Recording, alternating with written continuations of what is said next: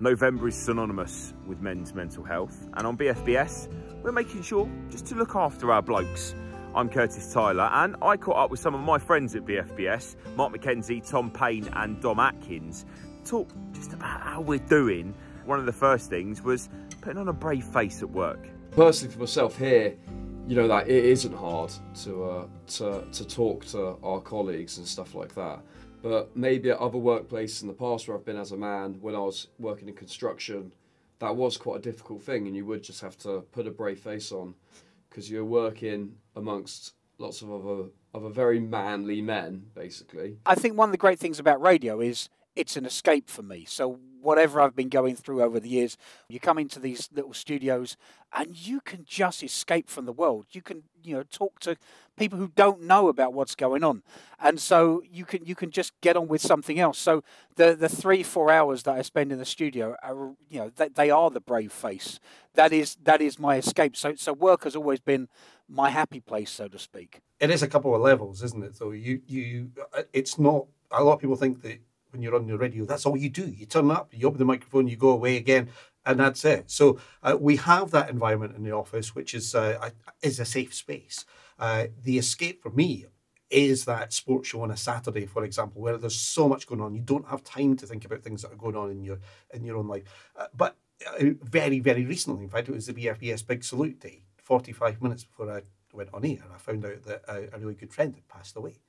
You're then going on to do an hour where everybody is listening. And it was one of the most difficult shows that I did. But I kept hearing her voice in the back of my head saying, come on, Mark, you can do this, you can do this. And that whole show was for Sam. They always talk about the show must go on when you're performing. And that's effectively what we do in this industry, in this job, is that we are performers, but we're also human beings as well. And we're other people's escapes as well. Yeah, of course. But more people are more open and people are more honest about how it is. You listen to radio 20, 30 years ago, and it was the voices were put on. I speak for myself as well.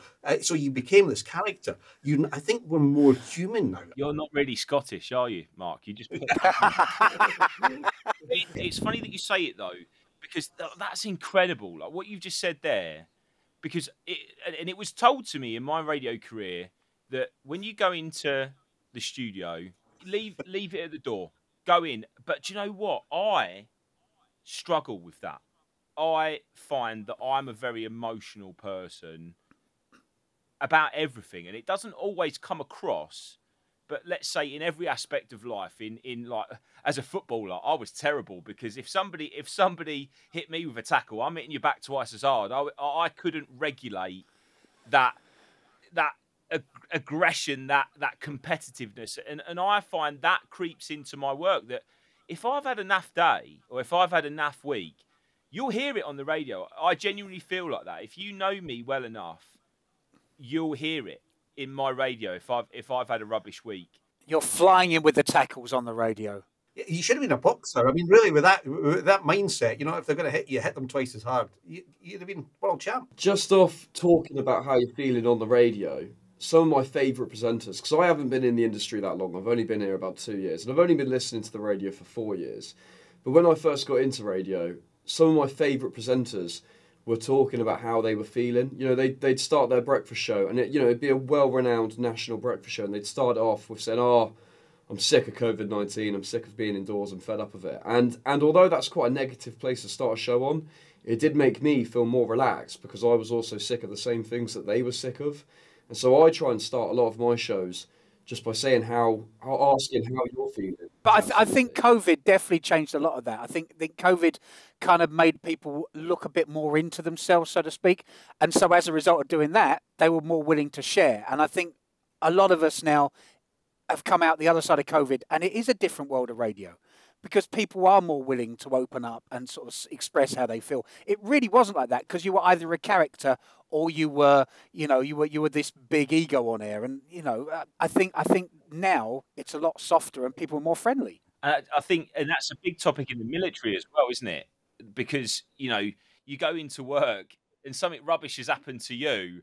You say, well, listen, far worse has happened in the military world. Like, how can I come in here and sit in a warm, padded room on a comfy seat talking about what Dua Lipa did at the weekend, like on stage, and have as bad a time as some bloke that's in the trenches somewhere really going through it. And I think that's kind of spurs you on as well. Do you not find that? I find that I want to try and relate to my audience as much as possible.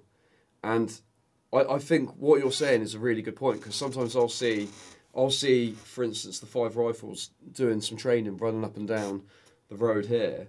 And it is quite hard to relate to them when they're doing that, because that is obviously a lot harder than it is for me in this studio right now, because I'm not having to run up and down a road all day. So absolutely. I think that would be a great show, Tom. Curtis, you said that earlier on when you were saying, that we put on characters, and you said I'm not really a Scot, and I suppose there's a lot of Scottish stereotypes, and one is that kind of hard man thing. I think I fly in the face of that, by the way. But all of this is coming back to the fact that in 2024 we can have this chat.